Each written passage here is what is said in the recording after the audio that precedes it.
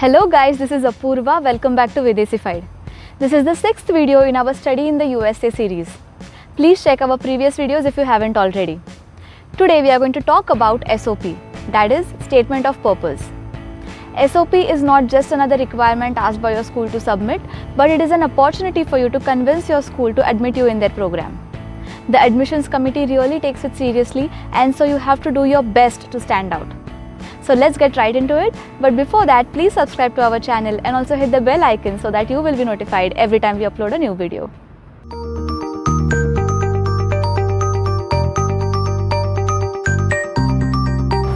Let's get one thing clear here. SOP is different than a personal statement. Usually undergraduate programs ask for a personal statement while graduate programs ask for a SOP. But some graduate schools might ask to submit both, SOP and a personal statement. As the name suggests, personal statement is all about you, your story, your personal experiences, basically the person you are today. The personal statement gives you a chance to introduce yourself to the admissions committee so that they can check if you fit in their student body. On the other hand, SOP allows you to explain how you are the right fit for the program. It helps to convince the admissions committee that you can successfully complete the program given your background and skill set. But if you are submitting only SOP, then you will have to do a bit of both, like including your story and explaining how you are the right fit for the program. Now, when I started writing my SOP, I was clueless and was confused about where to begin with. So the first thing you have to do is to find out the questions that the college wants you to answer. Different schools have different questions like why you want to do masters, why this program, why this university, etc. You can find these questions on their admissions website. So once you understand which question you have to answer, it becomes easy to start. Now the next thing I did was writing down all my achievements, personal milestones, software skills, the projects I did, papers I presented, the courses I took right from the school days that helped me to get here. I wanted to highlight all these things in my SOP in addition to putting them in my CV. Here you have to be very careful not to make it repetitive because the same people will be reading your SOP and CV, and it gets boring if they find the same things again and again.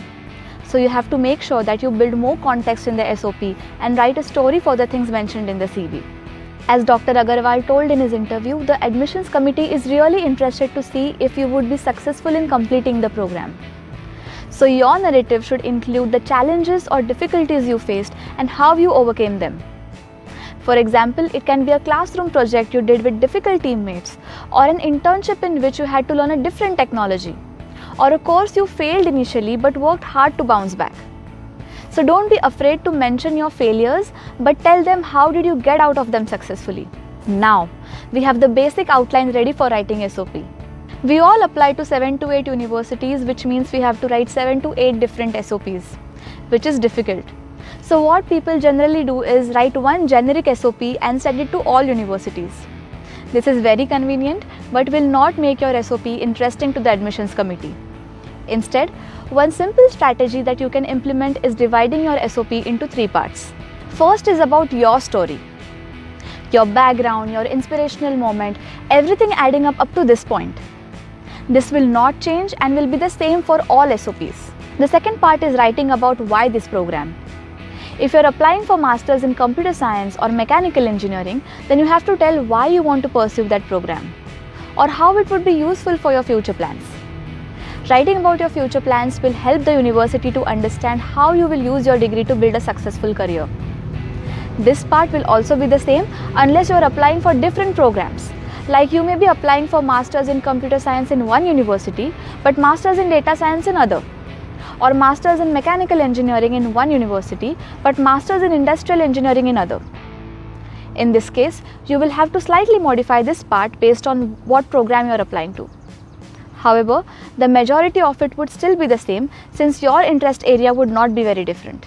The last part is writing about why this university. Now this part would be different for each school, and you have to do a good research to show that you are really interested to apply to that university. So here you can talk about a professor in that college who is researching in your area of interest, or a program or a course that interested you to apply for that program in that university. What I did was, I looked into the department's website and selected one professor from every university whose research interest matched with mine and talked about them in my SOP. I also email the professors about my interests. This could help you to achieve two things. One, it will increase your probability of getting admitted to that university as it shows that you have done enough research. And second, if the professor likes your profile and SOP, then it can increase your chances of getting scholarships or RA positions. As Dr. Mangilal Agarwal advised in his interview, you can use this SOP to request for scholarships subtly. Or you can also use it to justify in case your GPA is low because your university has a difficult grading system. Writing SOP is a time-taking process. So don't start writing it one day before your deadline. Give at least a month, because you have to make your first draft ready and keep rewriting and improving it until the following boxes are checked. Use plain English.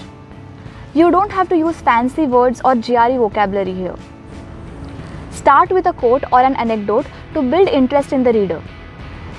Never exceed the given word limit, because it can be seen as disrespectful. Follow the format given by your university. If your university doesn't ask for any format, then you can follow generic Times New Roman, font size 12 with paragraph spacing. Follow correct spellings, grammar and punctuations. You can use Grammarly for this. Read multiple sample SOPs and templates, but do not copy even one sentence from it directly. Do plagiarism check to make sure your content is 100% genuine. Do not copy from a friend or get it done by a consultant. Get your SOP proofread by multiple people and be open to feedback. So that's all we have for today. Let us know if you have any questions in the comments below. Please like, share and subscribe to our channel to help us create more helpful videos for all of you. Until next time, take care. Bye-bye.